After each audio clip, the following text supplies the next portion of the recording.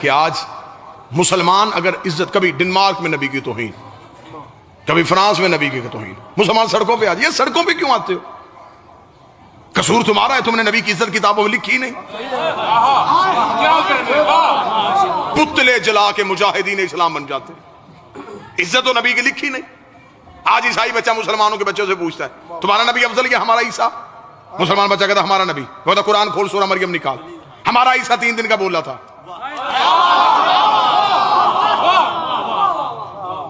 وہ بچہ تو تیاری کر کے بیٹھا ہے نا، وہ کہتا قرآن کھول سورہ مریم گواہ ہے ہمارا عیسیٰ 3 دن کا بولا تھا۔ انی عبداللہ آتانی الکتاب وجعلنی نبی، میں اللہ کا عبد ہوں، کتاب لے کے آؤں، نبی بن کے آؤں۔ وہ کہتا ہمارا 3 دن کا جانتا ہے وہ نبی ہے، تمہارے نبی کو 40 سال تک نہیں پتا تھا وہ نبی ہے۔ تو جو 3 دن کا نبی ہو وہ افضل ہوتا ہے، جو 40 سال کے بعد بنے وہ افضل۔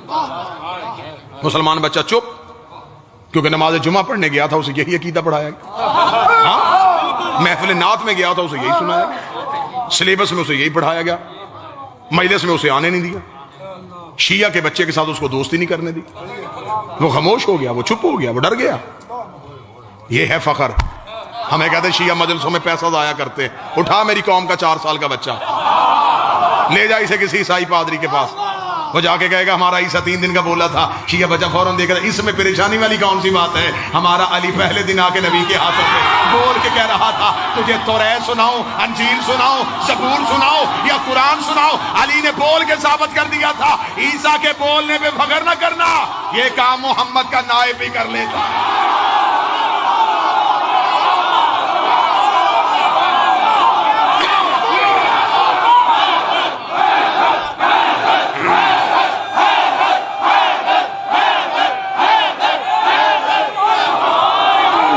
حسین عزت ہے، لہذا اگر نبی کی عزت منوانی ہے تو پہلے کتابوں کا سلیبس بدلو۔ نعرہ تکبیر، پانی بدلوا دو۔ دور تو بچہ کو چاہ پلاوے، بندہ کروڑ بار اسلام کرتا ہے۔ تو میرا محسن ہے، تیرا بندہ محسن نو بھول جاوے نا، اے میرا سر نہیں، میرے کنار دی امانت ہے، بے شک اڑ جائے جو سچی کرنی ہے، تے بندہ سلام کرتا ہے۔ تے جب بندہ محسن بھول جاوے نا، بندہ پتہ نہیں کتا محسن کہنا دا حیدر ہے، کوئی مننے جانا مننے، محسن کہنا دا حیدر ہے، کوئی مننے جانا مننے، اور جاندے بالو نبیاں ولیاں دی نہیں لگدی بیڑی بننے، چل موڑ نبی دے کعبے دے وچ، اور جا رب دے دشمن بننے، اوندے منتے دی ماشا دے نہیں پڑی تھے، آج میں نہیں پڑھیں دی گڑی نہ رہے۔ عزت اسلام کی چاہتے ہو تو پہلے عزت نبی کی کرنا چاہیے۔ یہ نبی کی کیا عزت ہے؟ ربیع الاول آ رہا ہے، دور بدل گیا ہے، اب نعتیں تبدیل کرو۔ تیرا کھاواں تے تیرے گیت گاواں یا رسول اللہ، تو جس کا کھائے تو اس کا گائے، اور جس کا نبی کھاتا رہا ہے۔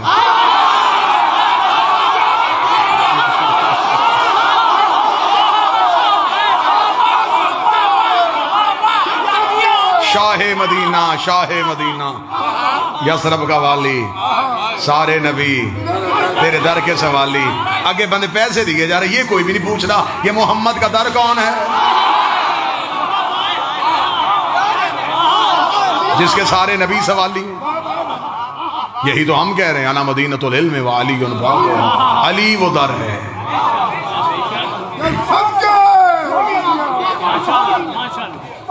تیری بکریاں نو پاواں گی میں چارہ، حلیمہ مینوں نہ لگ، حسرت دیکھ، خواہش دیکھ۔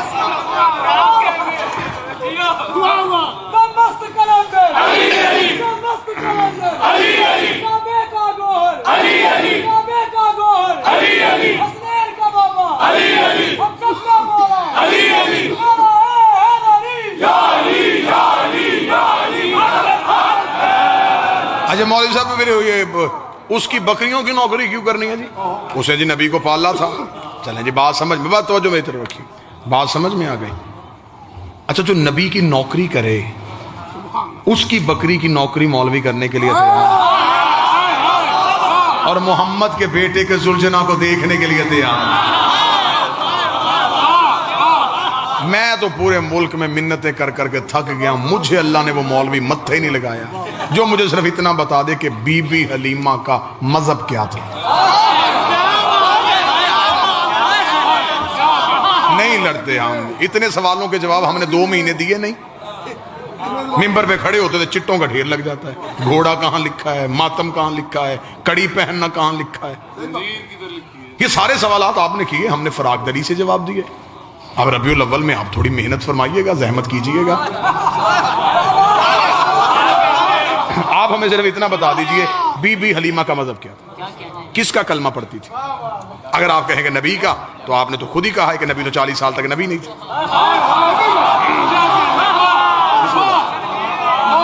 اچھا 40 سال تک نبی نہیں تھے, جب نبی خود نبی نہیں تھے تو اس نے کس کا کلمہ پڑھا.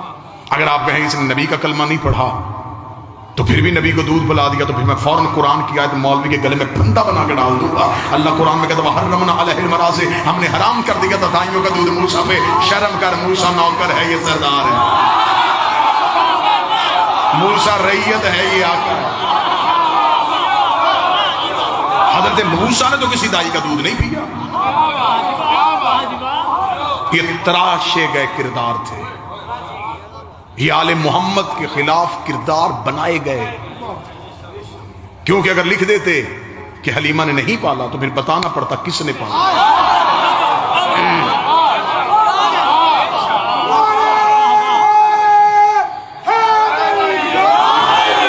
وہ ابو طالب بارے میں نہیں تھا, اس ابو طالب کا نام مورخ لکھنا نہیں چاہتا تھا.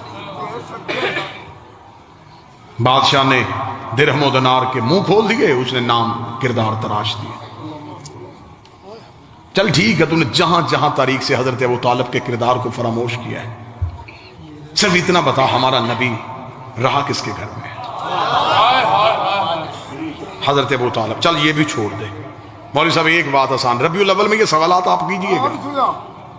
آپ ہمیں صرف اتنا بتائیں, اسلام کی پہلی دعوت کس کے گھر ہوئی تھی. اب لاہور انصاف کرے, اگر حق بنے تو پھر بولیے. یہ اسلام کی پہلی دعوت دعوت ذوالعشیرہ کس کے گھر میں ہوئی تھی؟ کہتے جی حضرت ابو طالب کے گھر میں.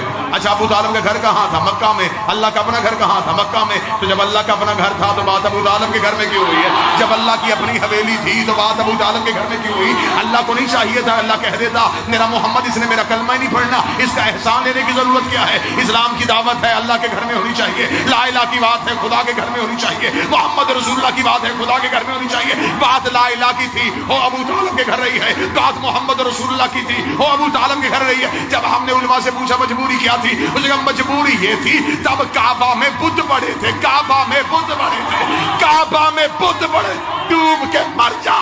رحمان کے گھر بت تھے, عمران کے گھر بت ہے.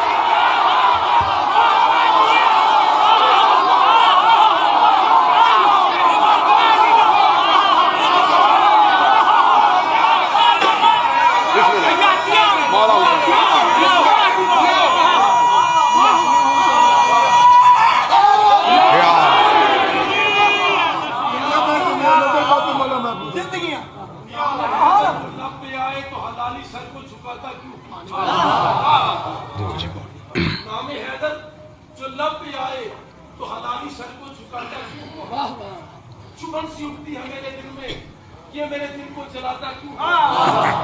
علی کا دشمن حرامی ہوگا, علی کا دشمن حرامی ہوگا. اے پاک محمد نے خود بتایا, اے لال میرے یہ میری غلطی, تو ہر کسی کو بتاتا کیوں؟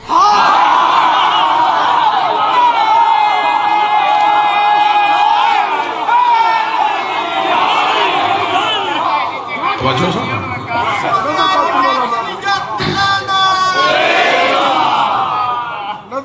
بتانا پڑے گا کہ پھر ابو طالب نے پالا. بس ایک تاریخ کا واقعہ پڑھوں اور آپ کو سلام. مالک حسین عزت دے, یہ اہل سنت کتابوں سے میں یہ حوالہ دینے کے لیے تیار ہوں. مکہ میں قحط پڑ گیا, رسالت ماب کا بچپن تھا, مکہ میں بارش نہیں ہو رہی تھی, مکے والے پریشان ہو گئے. انہوں نے کہا ایسے کریں کہ جب بارش نہیں ہو رہی تو ایک دن ایسا منتخب کریں جب ہر قبیلہ اپنا بت لے کے آئے. اس کی گونج بند کر دیں ساؤنڈ. ہر قبیلہ اپنا اپنا بت لے کے آئے اور لا کے ایک مکے کے کھلے میدان میں اپنے اپنے بتوں کو رکھیں. ان کے سامنے بیٹھ کے ان بتوں سے دعا کریں کہ بارش نازل کریں. اور جس قبیلے کے بت کے آگے گڑ گڑانے سے بارش ہو گئی، آج کے بعد پورا مکہ اجتماعی طور پہ اس بت کو سجدہ کرے. یہ اکیلا فیصلہ نہیں تھا، یہ مکہ فیصلہ. مکہ برادریوں کا شہر نہیں تھا، قبیلوں کا شہر تھا. ہر ایک نے اپنے اپنے قبیلے کے بت اٹھائے. انہوں نے کہا کہ ہاشمیوں کو بھی جا کے اطلاع دو.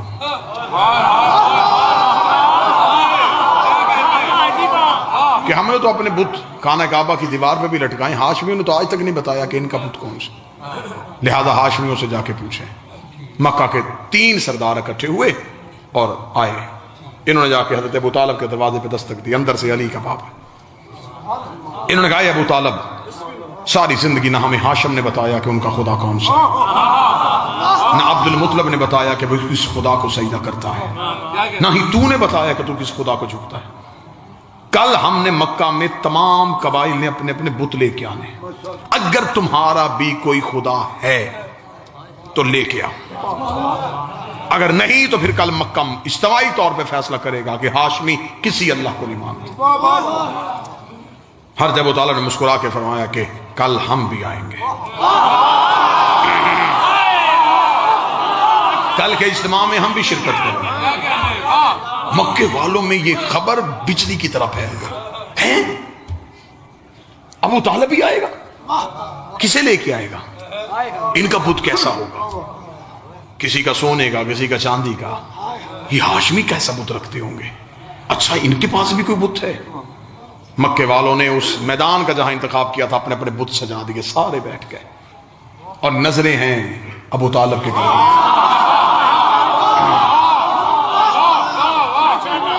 انتظار ہو رہا تھا. مکہ انتظار میں تھا کہ اب دیکھیں ابو طالب کیا کرتے ہیں. تھوڑی دیر بعد ابو طالب کے گھر کا دروازہ کھلا. کل ایمان کے باپ کا پہلا قدم مکے کے بازار.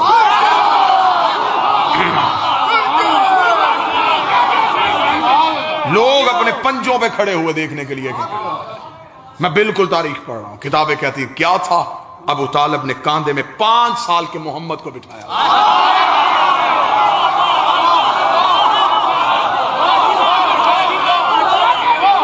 رسالت مآب کے دونوں ہاتھ اپنے ہاتھوں پہ لیے ہوئے. آج ابو طالب کے چلنے کا انداز بڑا نرالا ہے. آج ابو طالب ٹہل کے جرت کے ساتھ چل رہے تھے. کتابیں کہتی ہیں کہ ان کے قریب سے گزرتے ہوئے حضرت ابو طالب مکے کی سب سے اونچی چوٹی پہ چلے گئے. کتاب کے جملے بالکل ایسا ہی ہے. انہوں نے کہا آج اتنی اونچی چوٹی پہ چلا گیا تھا حضرت عمران کہ مکہ میں گھر کے صحن میں بیٹھی ہوئی کافروں کی عورتوں کی گود میں لیٹے ہوئے بچے بھی ابو طالب کا چہرہ دیکھ رہے تھے. آج پورا مکہ ابو طالب کا چہرہ دیکھ رہا تھا. آج صرف میدان والے نہیں، گھروں میں بیٹھے ہوئے بھی حضرت ابو طالب کا چہرہ دیکھ رہے تھے. انہوں نے کہا ابو طالب، ہم نے کہا تو اپنے خدا کو لے کے آ، تو اپنے بھتیجے کو لے کے آ گیا ہے. کیا تو اپنے بھتیجے کی عبادت کرتا ہے؟ ابو طالب نے کہا خداؤں کو کیوں اکٹھا کیا ہے؟ بارش کے لیے. حضرت ابو طالب نے نبی کے دونوں ہاتھوں کو پکڑ کے آسمان کی طرف اٹھایا. میرے اللہ تجھے ان ہاتھوں کا واسطہ، آسمان سے بارش نازل کر. ادھر آسمان سے بدلی اٹھی، مکے میں بارش ہونی شروع ہوئی. رسالت کے چہرے پہ مسکراہٹ آئی. خدا نے کہا محمد بچپن میں احسان یاد کر لینا، آج اس نے تجھے بلندی پہ کھڑا کر کے تیری رسالت کا اعلان کیا ہے. کل پلانوں کا منبر بنا کے علی کی بلایا.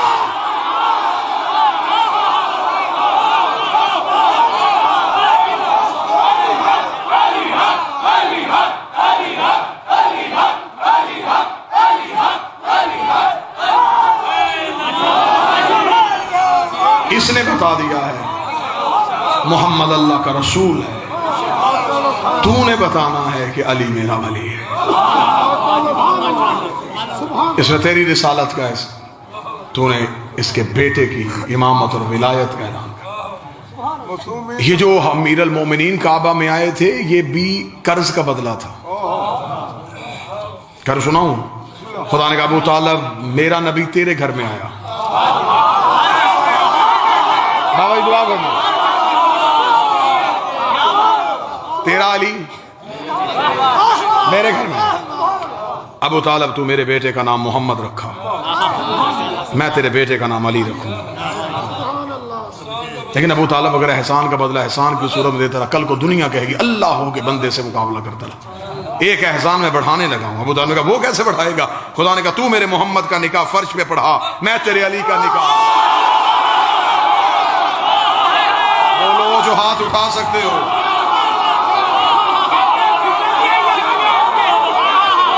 تو نکاح فرش پہ پڑھا۔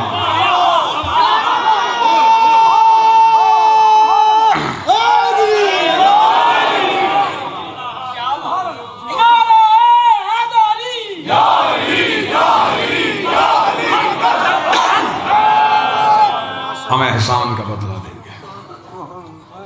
دکھ یہی ہے کہ اس ابو طالب کی بیٹیاں بازار میں چلیں گی۔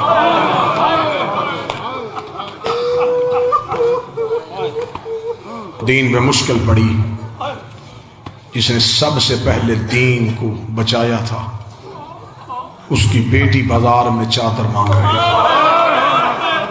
مولا حسین چند دن رہ گئے ہیں، ایام عزا ختم ہوں گے، سو کے دن ختم ہوں گے، سو ختم ہوں گے۔ ہاں کوئی شیعہ نہ سمجھے کہ شاید اب ہم نے رونا نہیں، غم کے دن ختم ہوں گے، غم ختم نہیں۔ ہم نے تو پورا سال رونا ہے، ساری زندگی رونا ہے۔ یہ تو ان کا کرم ہے کہ انہوں نے ہمیں اجازت دے دی کہ بس اب بچوں کی شادیاں کر لو، اب گھروں کی خوشیاں منا لو۔ ہم نے تم سے سوگ والا عزاداری کا ایک معاہدہ ختم کیا، لیکن غم ختم نہیں ہونا۔ بیٹے کی داڑھی دیکھو تو رونا، بہن کی چادر دیکھو تو رونا، 4 سال کی بیٹی کچھ بھی مانگے تو رونا، جوان بھائی دیکھو تو رونا، بہنوں کے سر پہ ردائیں دیکھو تو رونا۔ 2 مہینے میں ہم نے کیا ہے صرف عزاداری کا سفر، یہاں سے مجلس سنی ادھر چلے گئے، ادھر سے سنی ادھر چلے گئے، حسرت پھر بھی پوری نہیں ہوئی۔ چادر نور ایسے لگتا ہے کہ جیسے کل محرم کا چاند تھا اور آج ایام عزا ختم بھی ہو گئے۔ ہم نے وقت بڑی تیزی سے گزار لیا، لیکن علی کی بیٹی نے کیسے گزارا؟ سطر پڑھوں تو آئے نکال لے، میں پوری تاریخ ایک جملوں میں بند کروں۔ مدینے سے چلی تو بطول، مکے میں آئی تو جانشین رسول، کربلا میں 8 دن حسن بنی رہی، شام میں غریباں کی ایک رات عباس بنی، 11 محرم کو پھر علی بن گئی، پھر کربلا سے کوفہ گئی، کوفہ سے شام آئی، 72 بازاروں سے گزاری گئی، 144 گلیوں میں روکی گئی، 288 موڑوں پہ ماری گئی، 9 بار شرابی کے دربار میں بلائی گئی، زنجیریں ہاتھوں میں باندھ کے گلیوں میں پھرائی گئی، شام سے رہا ہو کے مدینے گئی، مدینے سے قید ہو کے پھر شام آئی، 6666 میل سفر کر کے 15 رجب کو شام کی پہاڑی پہ آ کے رو کے کہتی میرے اللہ اب زینب تھا کہ نہیں، میرے اللہ تیرا دین بچ گیا، مجھے ماں کہنے والا کوئی نہیں بچا، دین بچ گیا، علی کی بیٹیاں اجڑ گئی۔ ہمیشہ آپ نے ان دنوں میں واپسی سنیں گے، سادات کی مدینہ واپسی۔ میں ایک علیحدہ سا مضمون آپ کو سناؤں، علی کی بیٹی کا پیک کے گھر سے اپنے گھر جانا۔ بہنوں والے بیٹھے ہو، بیٹیوں والے بیٹھے ہو، بیٹی بیاہی جائے اور اپنے گھر چلی جائے، وہ اکیلی آ جائے نا پیک کے گھر، تو کبھی بھی شریف والدین اسے تنہا واپس نہیں جانے دیتے۔ وہ کہتے انہوں نے بھیج دیا، لگتی جو کچھ نہیں تھی، ہم تو ایسے نہیں بھیجیں گے، یہاں بھائی چھوڑ کے آئے گا، یہاں باپ چھوڑ کے آئے گا۔ اللہ کسی بیٹی کا پیکے گھر والا مان نہ توڑے، بیٹیوں کو پیکے گھر پہ بڑے مان ہوتے ہیں۔ آگے سید واپس مدینے، روز سادات کے گھر میں مجلس ہوتی، پڑھتے کون؟ خود سید الساجدین. سنتے کون؟ مدینے کے لوگ. روزانہ سجاد مدینے کے لوگوں کو کربلا کے درد سناتے. مجلس ہوتی ہے، خطیب یا ذاکر پڑھتا ہے، ہم پڑھ کے چلے جاتے ہیں، آپ بھی چلے جاتے ہیں. اس مجلس میں یہ نہیں ہوتا تھا. مجلس ہو رہی ہوتی تھی یا خطیب کو غش آ جاتا. کافی دیر خطیب ریت پہ بے ہوش رہتا. لوگ چلے جاتے، اندر سے پردے سے ایک بی بی آتی، وہ سر اٹھا کے زانوں پہ رکھ کے ماتھا چوم کے کہتی آنکھیں کھول، یہ مدینہ.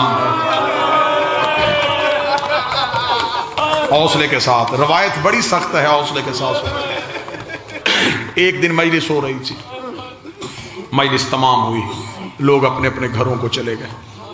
سید الساجدین نے سر اٹھایا تو ایک شخصیت مجلس میں موجود تھی جس کے سر پہ امامہ نہیں تھا اور آنکھوں پہ ہاتھ رکھ کے رو رہے تھے. مولا سجاد نے آنکھوں کا لہو صاف کر کے پہچانا. پہچان کے مولا سجاد کی آواز آئی، چچا عبداللہ. جس نے ہائے کہا وہ سمجھ گیا، تو نہیں پہنچا میں سمجھاؤں. یہ جعفر طیار کے بیٹے، بی بی عالیہ کے شوہر حضرت عبداللہ ابن جعفر طیار. مولا سجاد نے دیکھا، چچا عبداللہ. جناب عبداللہ نے سر اٹھا کے کہا، جی مولا. یہ ہے اس گھر میں حجت کا احترام. رشتے میں بھتیجا ہے لیکن امام ہے، تو مولا کہہ کے سلام کیا. جی مولا. جناب سجاد نے سر اٹھا کے کہا، چچا عبداللہ آپ کے چہرے پہ کچھ سوال ہے. جناب عبداللہ رو کے کہتے، جو سوال پڑھ سکتا ہے وہ سوال جانتا بھی ہے. فرمایا، چچا عبداللہ نہیں، بول کے بتائیے سوال کیا ہے. اب میں سوال پڑھوں گا، مرد بے شک چپ رہیں لیکن میری مائیں بہنیں ماتم کا حق ادا کریں. اتنا کہنا تھا. جناب عبداللہ سر اٹھا کے رو کے کہتے، اگر آپ کہیں تو زینب اپنے گھر واپس چلی جائے. اگر آپ اجازت دیں. 2.25 سال ہوئی اپنے گھر سے آئی ہوئی. میری 2 بیٹیاں روزانہ دروازے پہ کھڑی ہو جاتی ہیں. شام کے بعد رو کے کہتی، بابا آج بھی اماں واپس نہیں آئی. اگر آپ اجازت دیں تو علی کی بیٹی اپنے گھر چلی جائے. اتنا کہنا تھا. مولا سجاد کی آنکھوں کا لہو تیز ہوا. رو کہ کیوں نہیں چچا عبداللہ، آپ حاکم ہیں، میں اپنی ماں سے پوچھتا ہوں. یہ کہہ کے مولا سجاد اٹھے. جیسے مردوں میں مجلس ہو رہی تھی ویسے گھر کے صحن میں بھی مجلس ہو رہی تھی. علی کی بیٹی اکبر کا گھوڑے سے اترنا سنا رہی تھی. مولا سجاد آ کے ایک ستون کے قریب چپ کر کے کھڑے ہو گئے. عالیہ نے مجلس پڑھتے پڑھتے یوں سجاد کا چہرہ دیکھا. بی بی نے برقع اٹھایا، ہاتھ میں لیا. مولا سجاد کے قریب سے گزرتے ہوئے رو کہتی، تو نہ رو، میں چلی جاتی ہوں. تو نہ رو، میں جا رہی ہوں. مجھے خبر ہے تجھ سے کہا نہیں جا رہا. اتنا کہنا تھا. سجاد نے ماں کے گلے میں باہیں ڈالی. رو کے کہا، میرا اکبر بھی تو ہے، میرا حسین بھی تو ہے، میرا عباس بھی تو ہے، میرا تیرے سوا ہے کون. بی بی تڑپی. حوصلے کے ساتھ سن. بی بی رو کے دی، سجاد تو نہ گھبرا، میں چلی جاتی. اب میں نے مصائب کی ابتدا میں ایک دعا پڑھی تھی کہ جب بیٹی پے کے گھر سے جائے کوئی چھوڑنے جاتا ہے، ایسا ہی ہے. اللہ تمہاری بیٹیوں کا نصیب اچھا کرے. 40 بند دروازوں کے درمیان علی کی بیٹی کھڑی ہوئی. جو ایک ایک بند دروازہ دیکھتے دیکھتے 40ویں دروازے پہ نظر پڑی. بی بی زمین پہ گر گئی. رو کہتی، خدا تجھ پہ لعنت کرے ہندا کا بیٹا، تو نے میری بھری حویلی برباد کر دی. پہلے زینب جاتی تھی، اس دروازے سے عباس آتا تھا، اس دروازے سے اکبر آتا تھا، اس دروازے سے قاسم آتا تھا. آج میں اپنے گھر جا رہی ہوں، آج مجھے چھوڑ کے جانے والا کوئی نہیں. اتنا کہنا تو فضا دوڑ کے آئی. رو کہتی، چل میں چھوڑ کے آؤں، اور میں شام کے سفروں کی سنگتی. حوصلہ. جس درد کے لیے میں نے محنت کی ہے وہ درد سنو. بی بی میں چھوڑ کے آؤں. بی بی فضا نے علی کی بیٹی کا ہاتھ تھاما. علی اپنے دروازے پہ آئی. جو سید بیٹھے ہوا، مجھے سطر معاف کرنا، پوری دنیا میں بابا جی کسی بھی سید جا کے پوچھو کس کی اولاد ہے، وہ کہے گا حسنی ہوں، حسینی ہوں، عابدی ہوں، جعفری ہوں، کاظمی ہوں، رضوی ہوں، نقوی ہوں، تقوی ہوں. کوئی نہیں کہتا میں زینبی ہوں. اس بی بی نے کربلا میں صرف بیٹے نہیں دیے، نسل دی ہے، نسل قتل کروائی ہے بی بی نے۔ یہ بی بی آئی ہے اپنے دروازے پہ آنا تھا، علی کی بیٹی اپنے دروازے پہ گر گئی، گر کے رونا شروع کیا۔ رو کے کہتی ہیں بی بی اکبر یاد آیا؟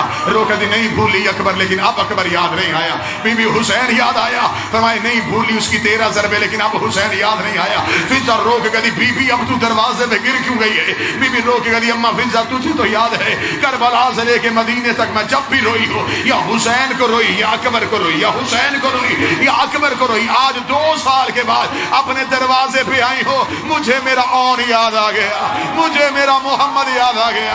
اوے میرے بیٹے کربلا میں سو گئے، اتنا کہنا تھا عبداللہ تڑپ کے باہر آئے، رو کے گا علی کی بیٹی نہ رو، اون بھی اکبر کا صدقہ، محمد بھی اکبر کا صدقہ، سید مجھے معاف کر دینا۔ جناب عبداللہ نے عالیہ کی کلائی پہ ہاتھ رکھا، بی بی کو اٹھانے کے لیے عبداللہ نے ہاتھ پیچھے کیا، عبداللہ کے ہاتھ میں لہو کی لکیریں تھی۔